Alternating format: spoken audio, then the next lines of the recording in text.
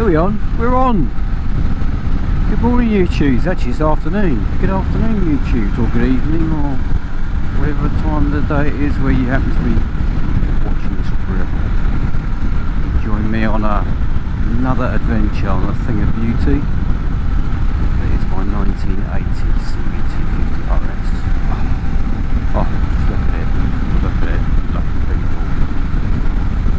Now, I was just sort of chilling at home and I was watching YouTube, as you do, and I put a couple of little videos on, a couple of bike videos, and I thought, you know what, I think one of them was Alec, Adventures of Bleary View.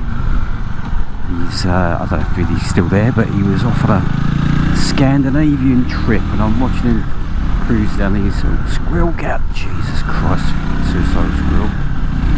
I'm watching him cruise around these lovely roads, thinking, you know what, it's a sunny day, let's grab a set of keys, let's get out on the RS. I've got things to do, but you know, sometimes it's nice just to get out and do a bit of cruising. So, cruising, Saturday afternoon,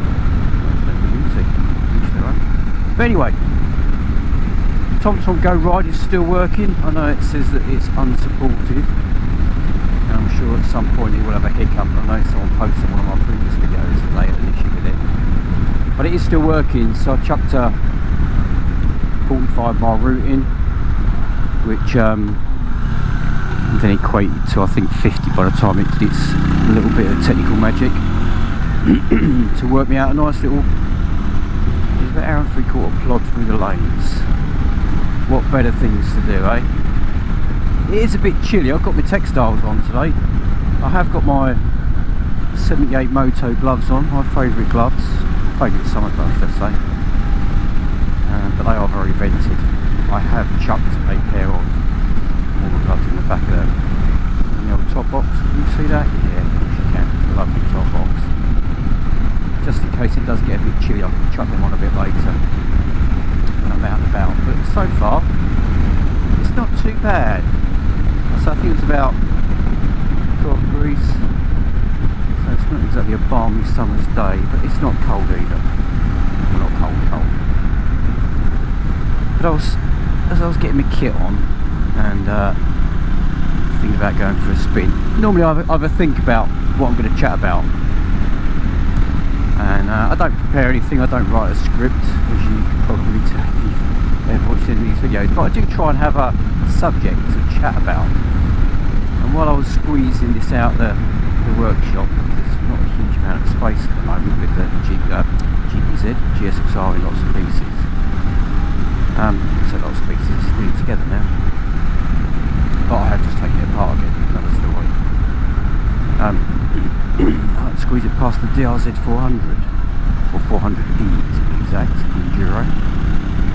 And what I thought I'd chat about is, you might have seen I did an off-roading video a couple of weeks back at least now, where I went out greenlaning with a group of lads, made a video, and had a good time.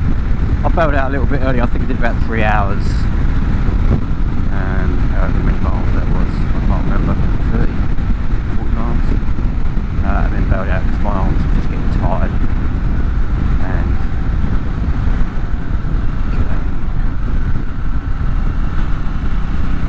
yeah, my arms were getting tired, and there's people that ride off road will know when you start hitting, you know, sort of like bumpy routes and stuff, you really do need to have full control of the bars and not have tired and knackered old arms. So I bailed out early because I was just getting tired. But yeah, I posted a video, and a mate of mine watched it, Tony, and he sent me a little WhatsApp going, I don't think some of the lanes you rode are either open or they're boats, open to all traffic, unless my motorised vehicles down. So I thought, okay. And then lo and behold, a couple of other people posted on the video having a bit of a moan, saying, you know, that's why routes get shut down to bikers, because people like you ride in these places, and they mentioned a couple of little routes on them. So I went back to the group chat of the group that it was on. I won't mention the group, but and it's not Kent Greenlaners, although the splinter group, if you like, started on the Kent Greenlaners page. There's nothing to do with Kent Greenlaners, who for some reason have now shut their page down, which was a bit annoying because it was quite a decent page for routes and advice. So I don't know what all that's about, but anyway, again, that's another story. Yeah, it was a sort of a group that met on that page on Facebook. But yeah, there were a few comments on that. So I went back on the WhatsApp group chat and sort of just said, could someone check the routes, because there's been a few comments about the routes not being correct and what have you. And it seems like, yeah, maybe we rode where we shouldn't have ridden in a few places. So I took the video down because I'm first to moan about bikes riding off-road and pissing people off and ruining it for others that want to ride legally, which is what I want to do. I want to ride legally. I don't want to be riding down footpaths and stuff. To be fair to the guys I was riding with, there was 5 of us. The guy that was leading, nice guy. They're all nice guys, nothing against any of them. All of them were decent chaps. You know, helping me pick the bike up as and when needed, which was only once. But the bike was the wrong way up, pointing downhill. That would have been awkward. But yeah, one of them jumped off his bike and helped me pick it up. So yeah, all nice guys. And the guy that was leading it was doing regular map checks, you know, on a really regular basis.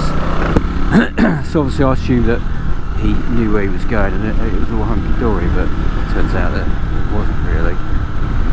So anyway, I put a couple of comments about that, saying that I want to ride where we're allowed to ride.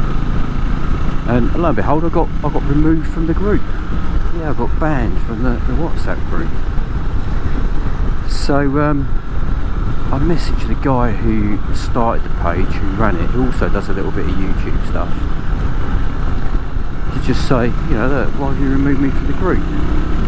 Because it looked like a really promising group, and it looked like it was going to be really decent, and there were going to be some decent ride outs arranged by it. But obviously my concern was I wanted to ride where we're allowed to ride, not where we're not allowed to ride. And his reply was that it's nothing personal, but you obviously want to ride places that differ to where we want to ride. Now read into that what you like. The way I read into that is basically they're going to ride where they want to ride, and some of those places are places where they shouldn't be, and they know that. So yeah, that's their choice.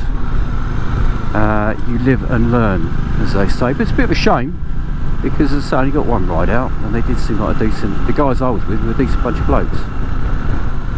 And there were comments made by them that, you know, we want to stick to legal routes and stuff, and everyone was slowing down if we saw dog walkers, and one of the guys, 2 of the guys were quicker than the other 3 of us. So the 3 of us were sort of not taking charges, but we're always, you know, a few seconds, sort of 10 seconds behind the others at every sort of map check. But the guy that was in front of our little group, 3, was saying, you know, I want to keep the pace down. I don't want to come flying around the corner and find someone with a dog, because I want to keep people happy. Which was absolutely, that's what I want to do. But yeah, it's not to be. That's the way it goes. So anyway, I did post on, before the Kent Greenlaners page shut down, I did post on there, on the little group chat bit, where the guy was asking for WhatsApp numbers, and I posted on there, look, you know, why have you blocked me from the group? He didn't reply. He replied on WhatsApp, which is fair enough. He didn't have to reply to me, but he did. You know, so I'm not complaining about that. Obviously, he gave his reasons. But obviously, someone else on that page saw my message, and they messaged me on Facebook and said, funny enough, I've been banned as well, because I didn't see what he'd written, but I'm guessing he'd written similar to me. You know, you shouldn't be riding in those places.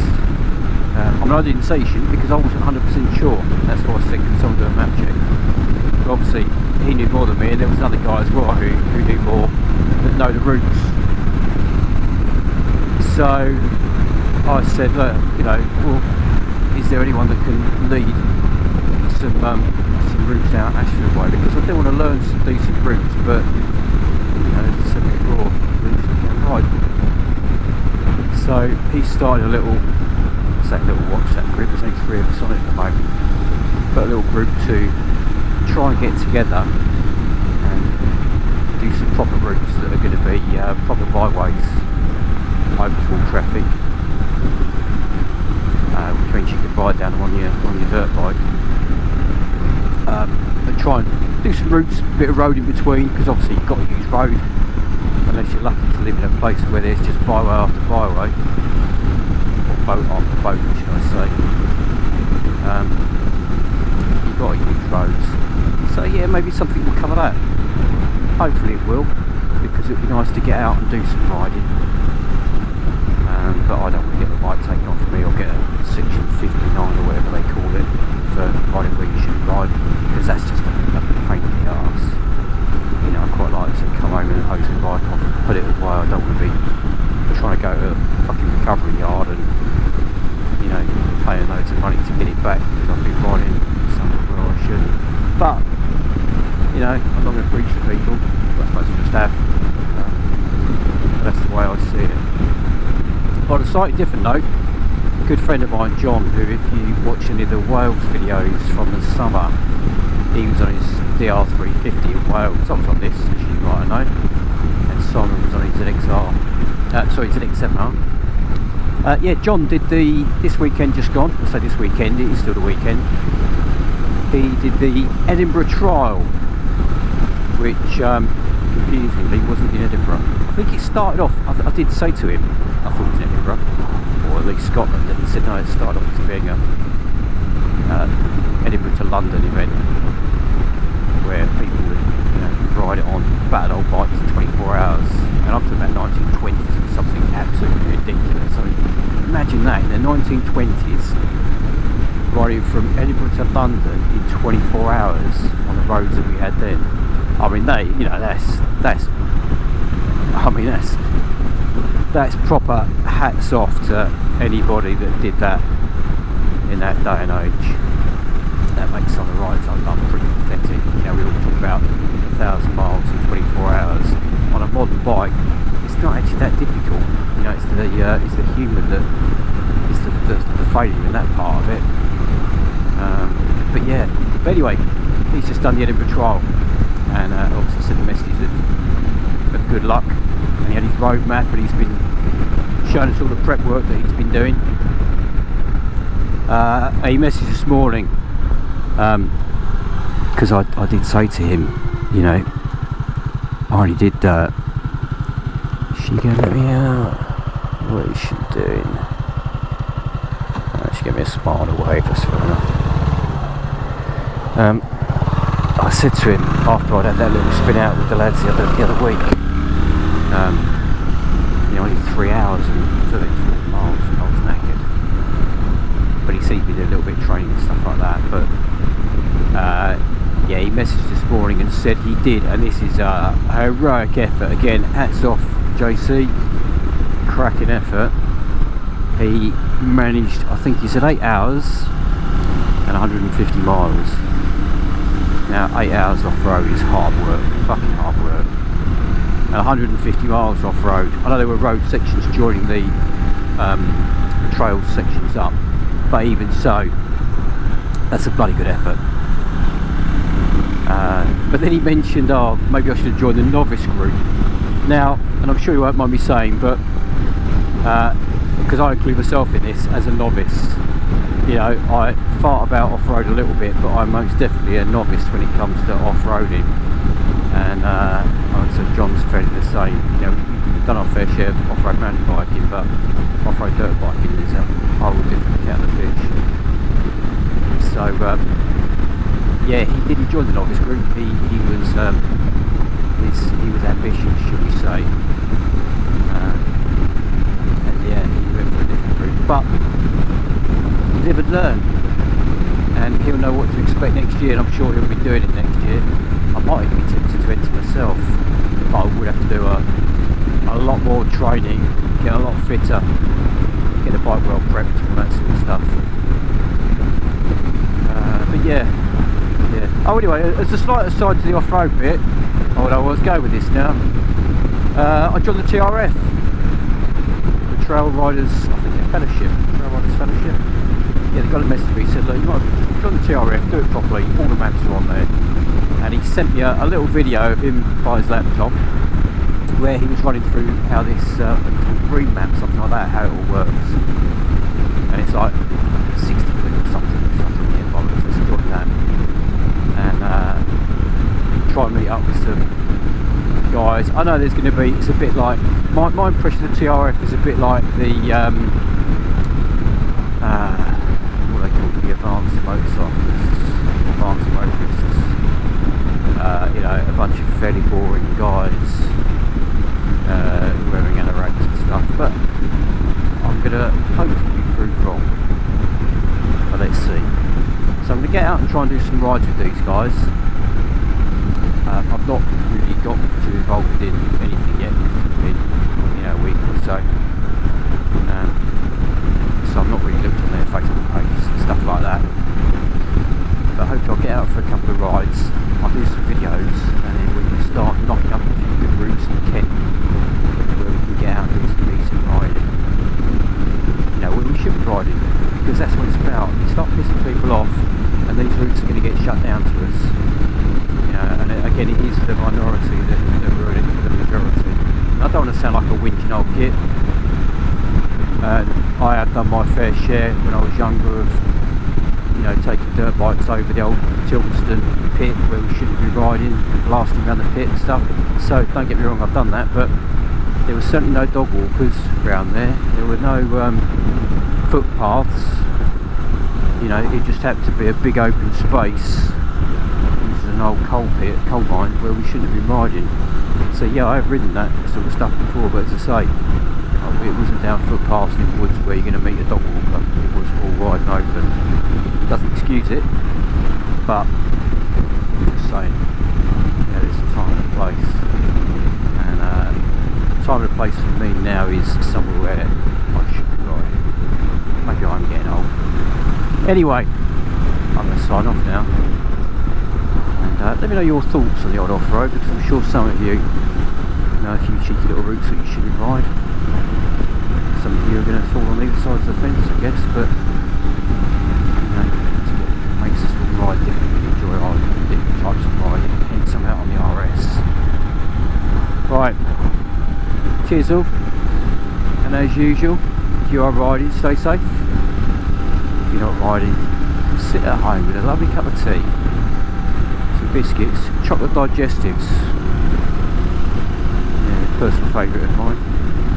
And I'll give him a mention as he featured on the video. Good lad, fellow 250 RS owner. I think he likes a hot dog. But anyway, stay safe, enjoy your tea, enjoy your biscuits, and I'll catch you on the next episode of RS'ING. See you soon everybody, take care.